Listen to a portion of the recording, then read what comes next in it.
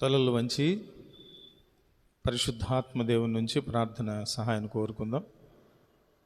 ఘనుడు అయిన పరిశుద్ధుడైన మా ప్రభువ, ప్రేమ కలిగిన తండ్రి, మరొక 21 దినాల ఉపవాస వ్రత దినాల భాగంగా ఈ రోజులోనికి మమ్మల్ని ప్రవేశపెట్టినందుకు స్తోత్రాలు తండ్రి.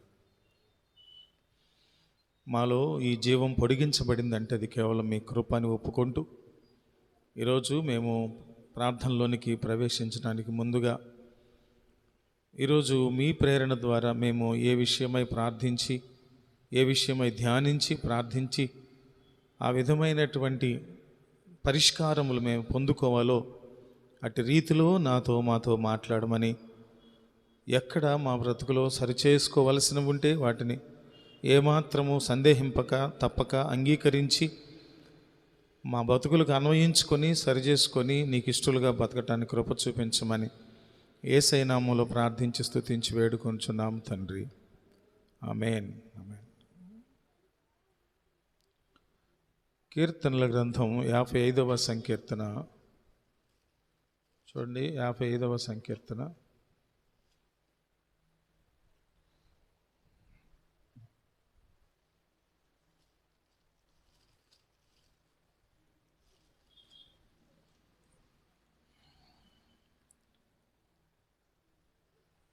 ఇరవై 22వ వచనం నేను చదువుతున్నాను చూడండి.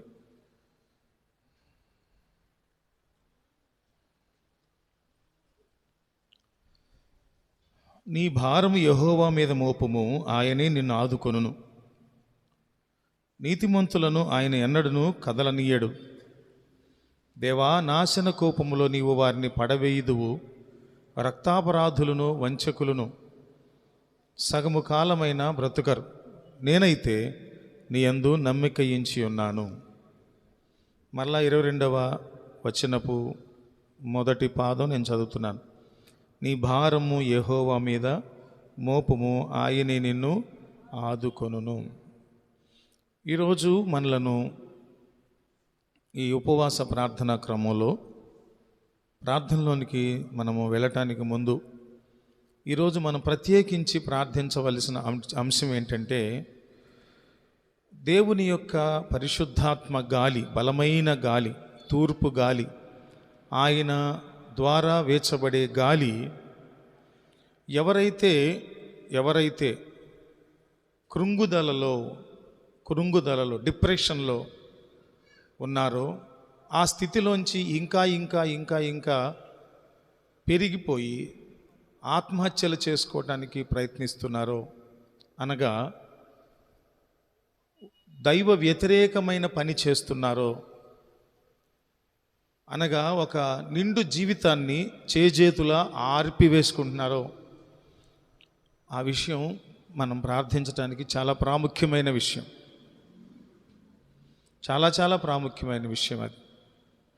ఎందుకనంటే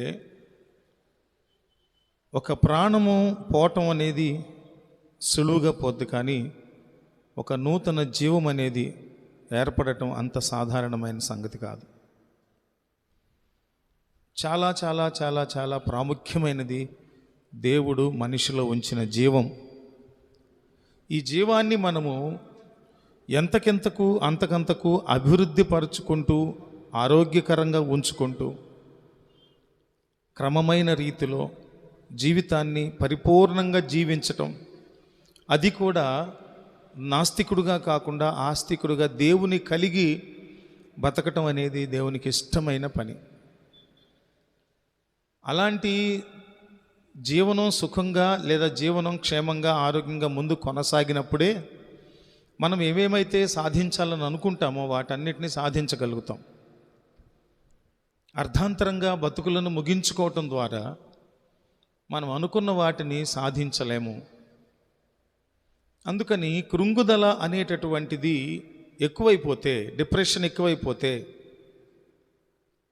ఏమవుతుంది చెప్పండి?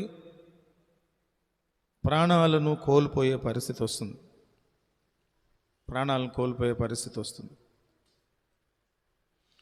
అందుకని పరిశుద్ధాత్మ అనే ఆదరణకర్త, ధైర్యపరిచేటటువంటి పరిశుద్ధాత్మని శక్తి, ఓదార్చేటటువంటి పరిశుద్ధాత్ముని శక్తి, మన కన్నీరు తుడిచేటటువంటి పరిశుద్ధాత్ముని శక్తి, తన బిడ్డలుగా కష్టంలో ఉన్నప్పుడు మనలను గుండెకు హత్తుకొని మనలను కన్నీరు తుడిచి సమస్య నుంచి విడిపించి ఓదార్చి బలపరిచి ధైర్యపరిచి ముందుకు పంపించేవారు పరిశుద్ధాత్మ దేవుడు.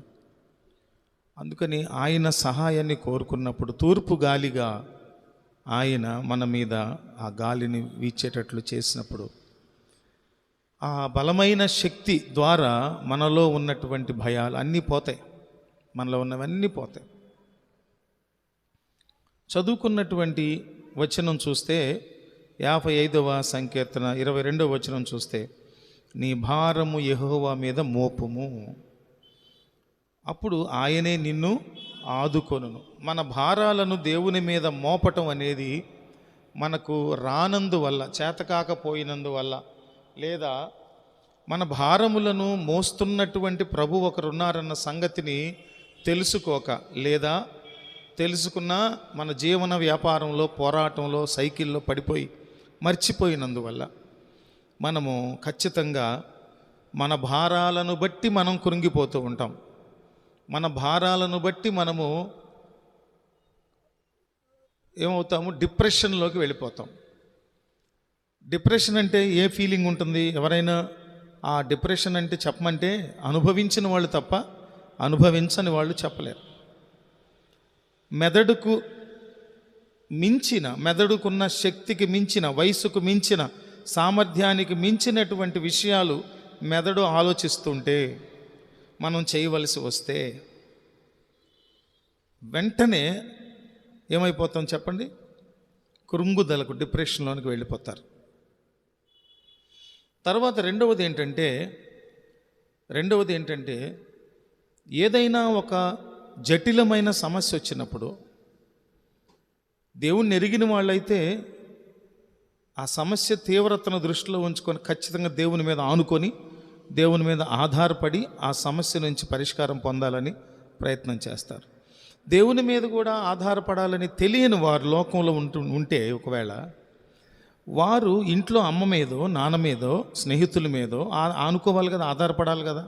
అలా కూడా ఆధారపడరు. ఆ బాధ కలిగించేటటువంటి ఆలోచన ఏది ఉందో దానిలోంచి బయటికి రాకుండా దానినే పదే పదే పదే పదే పదే ఆలోచించి చించితే ఏమవుతాయి? పెద్ద పేపర్ అవుద్దా? చించితే ముక్కలు అయిపోయి ఏ నామరూపాలు లేకుండా పోద్దా? చించితే అంతే జరుగుద్ది. ఆలోచించటం అనేది ఎలా ఉండాలంటే ఒక పరిమితి వరకు మన యొక్క మానసిక స్థితిని మించిపోయేటంతగా ఆలోచించకూడదు. మన జీవితం, మన దేహం, మన మెదడు, మన హృదయం చక్కగా హాయిగా భరించగలిగినంత మేరకే మనము ఆలోచించాలి. తర్వాత ఇంకొకటి ఏంటంటే, మనము ఈ కృంగుదలలోకి వెళ్ళటానికి గల మరొక కారణం ఏంటంటే భయాలు. అవి భౌతిక సంబంధమైన భయాలైనా, అవి ఆత్మ సంబంధమైన భయాలైనా సరే, భయం అనేటటువంటిది మనిషిని ఏం చేస్తుంది? కృంగతీసేస్తుంది. భయం, ఏమో అది జరగదేమో, ఏమో ఇది తీరదేమో, ఏమో ఆ సమస్య పరిష్కారం కాదేమో, ఏమో ఈ జబ్బు తగ్గదేమో, ఏమో అది అయిపోతాం. ఇట్లాంటి భయాలు ఉన్నప్పుడు కృంగుదలకు వెళ్తారు సహజంగా. మరొకటి ఏంటంటే, ఇటువంటి భయాలు రావటానికి మరొక కారణం ఏంటంటే, ప్రతి మనిషిలో కూడా ఆ స్వభావం ఉంటుంది, అనుమానం. ప్రతి మనిషిలో కూడా అనుమానం ఉంటుంది. చాలామందిలో, అందరిలోనూ ఉంటుంది, ఖచ్చితంగా ప్రతి వారిలో అనుమానం ఉంటుంది. ఇంట్లో కిచెన్లోంచి ఏదైనా వాసన వస్తుంటే అనుమానం వస్తుంది. అది ఏదో పెట్టాము, మాడుతుంది, కాలుతుంది. అర్థమవుతుందా? బాగా వంట అనుభవం ఉన్న వాళ్ళకి అర్థమైపోద్ది. నీళ్లు బియ్యం పెట్టినప్పుడు పొంగుతూ వస్తున్నప్పుడు ఆ వాసన వస్తుంది, అర్థమైపోద్ది పొంగు వస్తున్నట్టు. ఇంకా మాడిపోతే మాడిపోయిన వాసన వస్తున్నట్టు. ఏ వాసన రావట్లేదంటే స్టవ్ వెలిగించనట్టు, లేకపోతే కరెంటుకి ఒకరైతే స్విచ్ వేయనట్టు అనుమానాలు వస్తాయి నిజంగానే.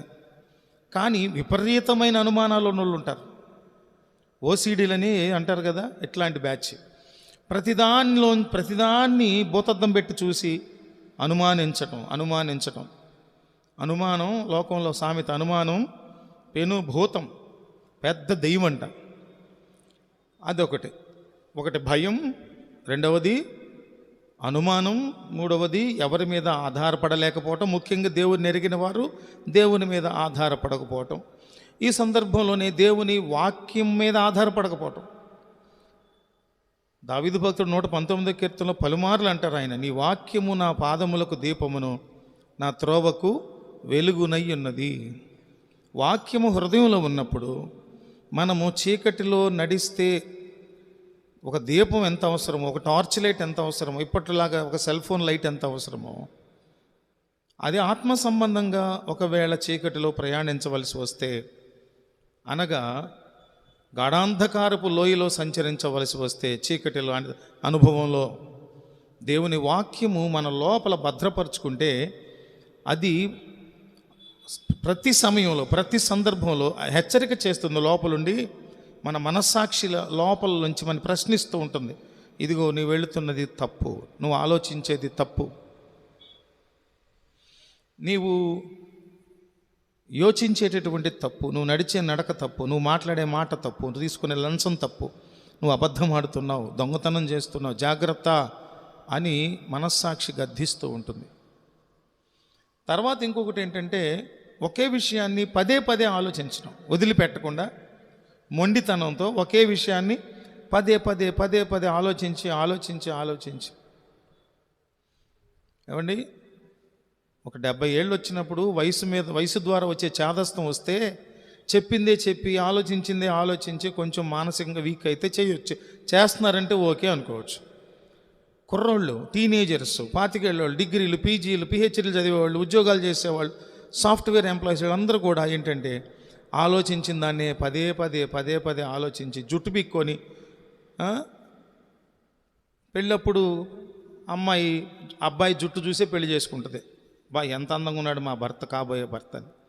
వీడు ఉద్యోగం చేసి 3 ఏళ్ళకి ఒక బొడ్డోడు పుట్టేసరికి గుండె అయిపోద్ది.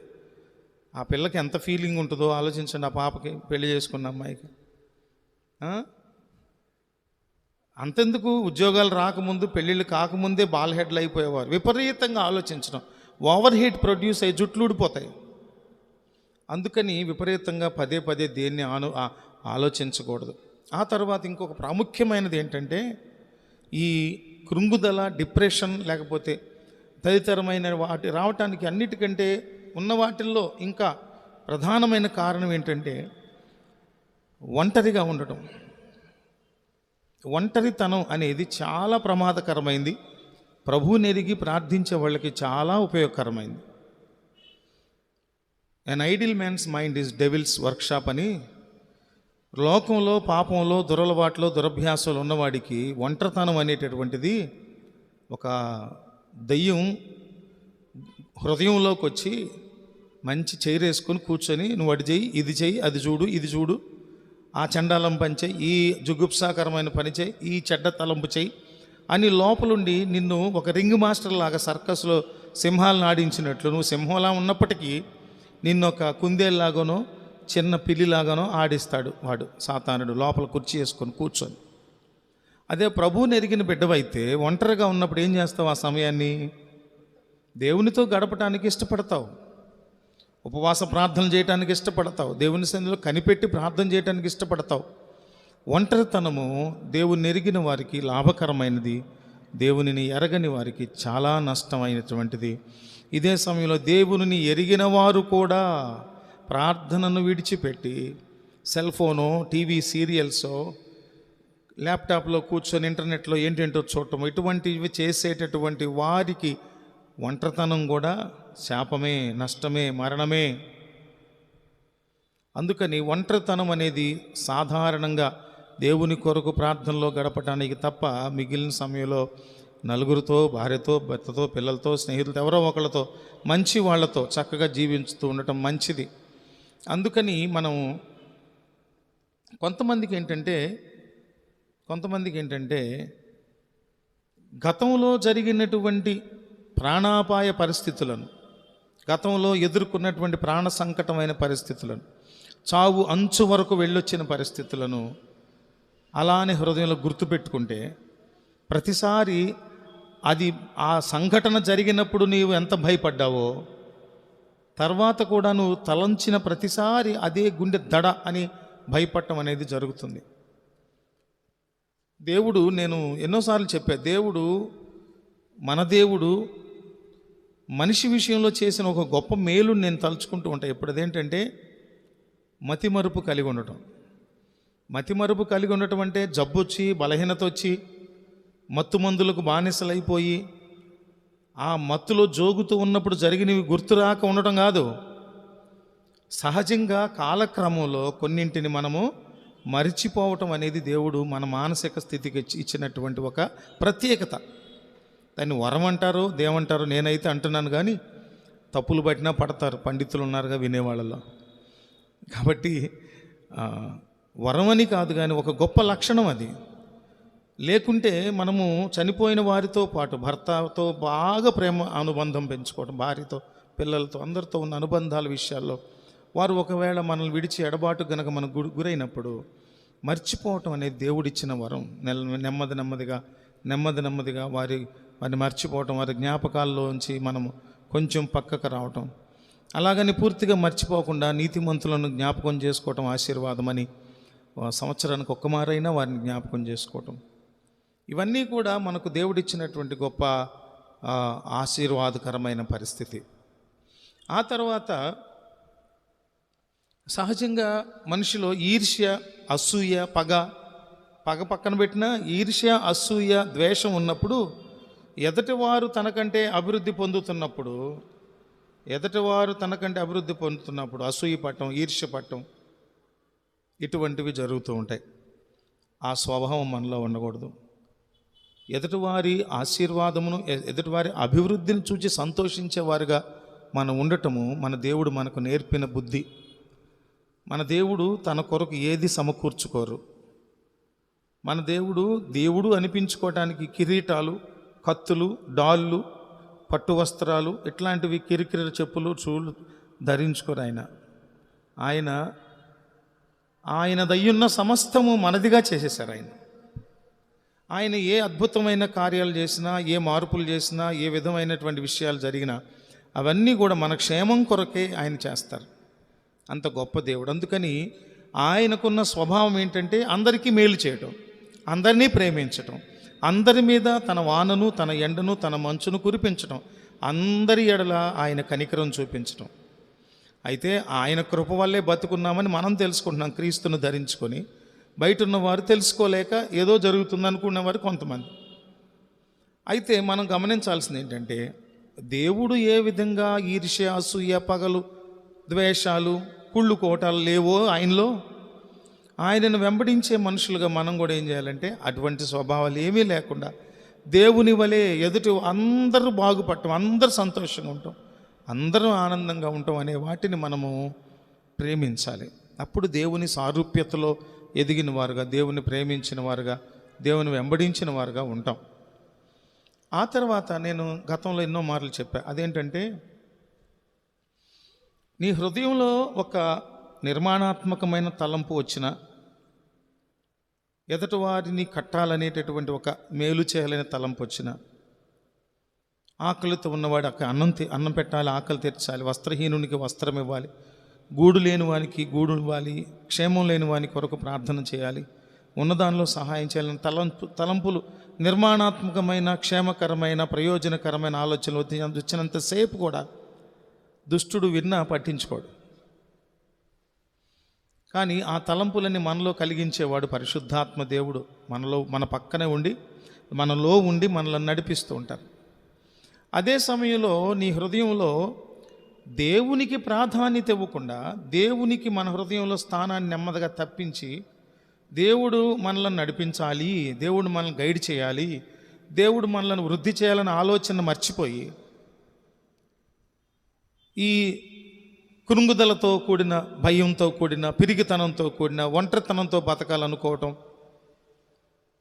ఈ తలంపుల ద్వారా వచ్చేటటువంటి, ఈ బలహీనత ద్వారా వచ్చేటటువంటి విషయాలు, ఇవన్నీ మనం తలంచుకుంటూ ఉన్నప్పుడు, ఓహో వీడేదో నిరాశలోకి వెళ్తున్నాడు, వీడేదో నిస్పృహలోకి వెళ్తున్నాడు, వీడేదో జీవాన్ని తొలగించుకోవాలని పనిలోకి వెళ్తున్నాడు అన్నట్టుగా ఆలోచించి వాడిలో ఉన్న భయాలను వంకగా తీసుకొని, పిరికితనాన్ని వంకగా తీసుకొని డిప్రెషన్లోనికి వెళ్ళిపోతూ ఉండటాన్ని గమనించి సాతానుడు ఏం చేస్తాడంటే వాడిని తీసుకొని వాడొచ్చి లోపల కూర్చొని మన బలహీనతను ఆసరాగా తీసుకొని వెళ్ళి పద, అక్కడికి పద, ఇక్కడికి పద, 10 రకాలు ఉంటాయి. చావుకు సంబంధించి 10 రకాలు వెతికి ఏదో ఒక చోటకు పంపించేస్తాడు దుష్టుడు. జాగ్రత్తగా ఉండాలి, చాలా జాగ్రత్తగా ఉండాలి. అంతేకాకుండా కొన్ని పదార్థాలకు అలవాటు పడిపోవటం, తిండిలో కొన్ని మత్తు కలిగించే డ్రగ్స్కి అలవాటు పడిపోవటం. అలా అలవాటు పడిపోయినప్పుడు వాటిని మానేయాలన్నా, వాటి నుంచి బయటికి రావాలన్నా అది చాలా చాలా కష్టమైన పని. నరాల్లో జీర్ణించుకుపోయి ఉంటుంది. అందువల్లనే పరిశుద్ధాత్ముడు పంపబడింది. ఎందుకంటే మన అపరాధములను, మన పాపములను ఒప్పించి రెండవ రాకడకు సిద్ధపరచడానికి పరిశుద్ధాత్ముడు వచ్చారు. అలా మనముగా ఈ మత్తు బానిసత్వం, డ్రగ్స్ బానిసత్వం, ఈ గంజాయిలు, గుట్కాలు, పాన్పరాగులు, ఈ మత్తు కలిగించేవి, వ్యభిచారాలు, ఇవన్నిటి నుంచి వదిలి రావాలంటే పరిశుద్ధాత్ముని సహాయం కోరుకోవాలి. అయ్యా, నా వంతుగా, నా సొంతగా నేను వదిలిపెట్టలేకపోతున్నా, మీరు సహాయం చేయండి అని మన ప్రభువుని అడగాలి. అటువంటి పరిస్థితిలో కూడా వారికి అలవాటైనటువంటి ఆ డ్రగ్స్ దొరక్కపోతే ఏమవుతారు? కృంగుదలలోకి వెళ్ళిపోయి, డిప్రెషన్లోకి వెళ్ళిపోయి తనువు చాలించాలనుకుంటారు, పిచ్చెక్కిపోయినట్టు తిరుగుతారు. అటువంటి వాళ్ళు వారి జీవితాలను నష్టపరుచుకుంటున్నారు. ఇంకొకటి ఏంటంటే, అది కారణంగా అనిపించదు, కానీ కారణం ఏంటి తెలుసా? కొంతమందికి నాకు ఆహారం వద్దు, నాకు ఈ కూర వద్దు, నాకు ఆ చారొద్దు, ఆ పచ్చడొద్దు, ఇదొద్దు, ఎప్పుడు నాకు పిజ్జాలే కావాలి, నాకు ఎప్పుడు బిర్యానీలే కావాలి, నాకెప్పుడు మటన్ దమ్ బిర్యానీయే కావాలి. ఏమీ లేదు నెల రోజుల పాటు, నువ్వేమీ తినవు. తిండి తినకపోతే ఏమవుతావు? వీక్ అవుతాం. వీక్ అంటే మనిషి మొత్తం వీక్ అవుతారు, కానీ ఒక చెయ్యి ఒక్కటే వీక్ అవుతుందా? ఒక కాలు ఒక్కటే వీక్ అవుతుందా? కన్ను ఒక్కటే వీక్ అవుతుందా? నీ బుర్రలో ఉన్న మెదడు కూడా వీక్ అవుతుంది. మెదడు వీక్ అయితే ఏం చేస్తుంది? చెయ్యి వీక్ అయితే, నరాలు వీక్ అయితే నొప్పులు, లాగేయటాలు, పొడి చేయటాలు, సూదుల్లాగా. అమ్మో నాయన అంటామే. శరీరంలో మెదడు కూడా భాగమే కదా, ఆలోచించే వ్యవస్థ. అది వీక్ అయిపోద్ది. ఆటోమేటిక్గా ఆలోచించే వ్యవస్థ బలహీనం అయిపోద్ది. అప్పుడు డిప్రెషన్లోకి వెళ్ళిపోతారు. అందుకని తిండి విషయంలో పిచ్చి అభిరుచులు వద్దు. దేవుని కృప వల్ల ఈరోజు కూడా చిన్నతనంలో మాకున్న పరిస్థితులు మాకు నేర్పిన పాఠాలు ఏంటంటే, ఇంట్లో ఏది ఉంటే అది, పచ్చడి ఉంటే పచ్చడి, కారం మెతుకులు ఉంటే కారం మెతుకులు, ఉట్టి పెరుగే ఉంటే ఉట్టి పెరుగు, ఉట్టి మజ్జిగ ఉంటే మజ్జిగ, ఏది ఉంటే అది తిని బతకటం నేర్చుకున్నాం. ఇంకొకటి ఏంటంటే, అన్ని సీజన్స్లో ఉన్న అన్ని రకాలు తింటే ఈ హార్మోనల్ ఇన్బ్యాలెన్స్ రాకుండా, థైరాయిడ్ లాంటి సమస్యలు రాకుండా ఉంటాయి. అందుకని బాగా తినాలి, అభిరుచులకి కట్టుబడి ఉండకూడదు. ఇంకొకటి ఏంటంటే, చివరిది ఏంటంటే, చాలా విషయాల్లో దేవుని వాక్కు మీద, దేవుని వాక్యం మీద ఆధారపడకుండా ఉండటం. మొండి పట్టుదలతో తాను పట్టిన కుందేలుకు ఎన్ని కాళ్ళు ఉంటాయి అంటారు? 3 కాళ్ళు ఉంటాయి. కొంతమంది 1 కాళ్ళు ఉంటాయి అంటారు. మరీ తెలివైన వాళ్ళు, హేతుబద్ధంగా ఆలోచించేవాడు. ఎప్పుడైనా సరే మనకు తెలిసినవే సమస్తం కాదు. విన్నారా? మనకు తెలిసినదే సమస్తం కాదు. ప్రపంచంలో ఉన్నటువంటి వేల శాస్త్రాల్లో మనకు తెలిసింది ఎంతో ఎంతో ఎంతో ఎంతో కొంత, చిన్న రేణువంత. దాని విషయంలో కాలర్ ఎగరేయటానికో లేకపోతే మనము అతిశయపడటానికి కారణాలు ఏమీ లేవు. మనకు తెలిసింది కొన్ని వేల శాస్త్రాలు ప్రపంచంలో ఉండగా, ఆ వేల శాస్త్రాల్లో ఒక శాస్త్రంలో పావు వంతు తెలిసేమో, మిగిలిన 3 వంతులు ఉన్నాయిగా, అది కూడా తెలియదు మనకి. కొంతమంది పండితులు ఉన్నారు, వందల వేల పుస్తకాలు చదువుతారు, జీవితాలను చదువుతారు, వడపోస్తారు, కొన్ని 5-6 విభాగాల్లో పిహెచ్డీలు చేస్తారు, డిగ్రీలు చేస్తారు. వాళ్ళకి తెలిసిన పరిజ్ఞానంలో మనకు తెలిసింది ఎంత? ఒక సాఫ్ట్వేర్ ఉద్యోగికి ఒక సబ్జెక్టే తెలుసు, ఆ సబ్జెక్ట్లో ఉన్న నైపుణ్యతను బట్టి ఆ కంపెనీలో జాబ్ ఇస్తారు కదా. దాన్ని బట్టి అతిశయపడితే మిగిలిన శాస్త్రాలన్నీ తెలుసా ఇతనికి? ఎంతో ఉందండి ప్రపంచంలో. అయితే గమనించాల్సింది ఏంటంటే, దేవుడు నాకు తోడుగా ఉన్నాడు. దేవుని మాట చొప్పున, దేవుని చెయ్యి పట్టి నడిపించేటటువంటి నడిపింపు చొప్పున నేను బ్రతికితే లోకములో కృంగుదల అనేది నా జీవితానికి రాదు. దేవుని వాక్యం మీద ఆధారపడి, దేవుని లేఖనాల మీద ఆధారపడి, దేవుని హెచ్చరిక మీద, బోధ మీద ఆధారపడి, సమయాల్లో ప్రభువు నిరంతరం ఆగకుండా స్తుతిస్తూ, ప్రార్థిస్తూ, వాక్యాన్ని హృదయంలో భద్రపరుచుకుంటూ, నలుగురితో కలిసి సంతోషంగా ఉంటూ, దేవుని ధ్యానిస్తూ, సహవాస ప్రియులతో కలిసి దైవిక సంబంధమైన వాక్యాలను ధ్యానిస్తూ, హాయిగా బతికేస్తూ ఉంటూ, పరిశుద్ధతలో ఎదుగుతూ, దేవుని రాజ్యానికి సమీపించి శుభప్రదమైన నిరీక్షణతో ఆయన రాజ్యంలో స్థానం సంపాదించుకోవాలి మనం. ఇదే కదా క్రైస్తవుల ముందున్నటువంటి గొప్ప శుభప్రదమైన నిరీక్షణ.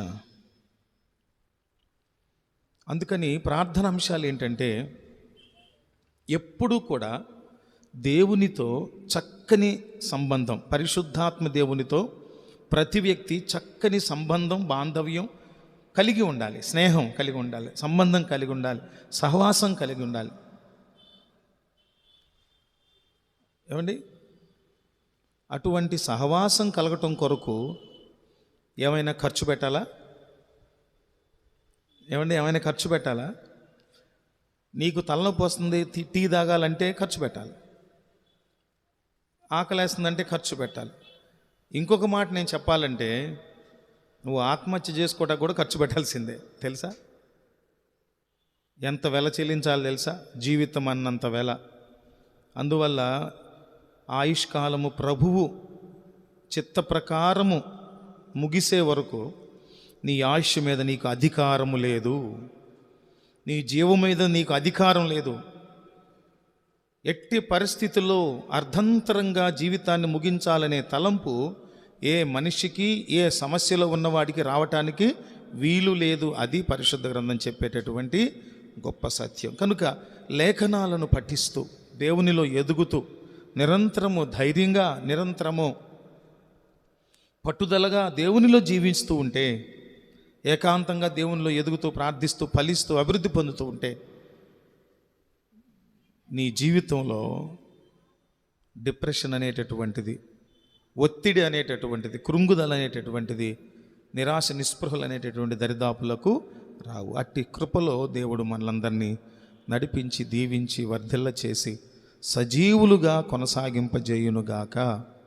ప్రార్థన చేసుకుందాం. కృపగలిగిన కనికర సంపన్నుడు అయిన మా ప్రభువా, ఈ సాయంకాలపు వేళ నాతో మాతో మమ్మలను ప్రార్థనలో నడిపించి ఆలోచన ద్వారా బలపరిచినందుకు, వివరించినందుకు వందనాలు చెల్లించుకుంటూ, మేము అడిగే ప్రతి విజ్ఞాపనకు జవాబిచ్చే గొప్ప తండ్రిగా మిమ్మల్ని స్తుతిస్తూ, మాకు కావలసిన ప్రతి విధమైన ఈవులను అనుగ్రహించమని మీకే మమ్మల్ని అప్పగించుకుంటూ యేసయ్య నామములో ప్రార్థించి స్తుతించి వేడుకొనుచు ఉన్నాము తండ్రి.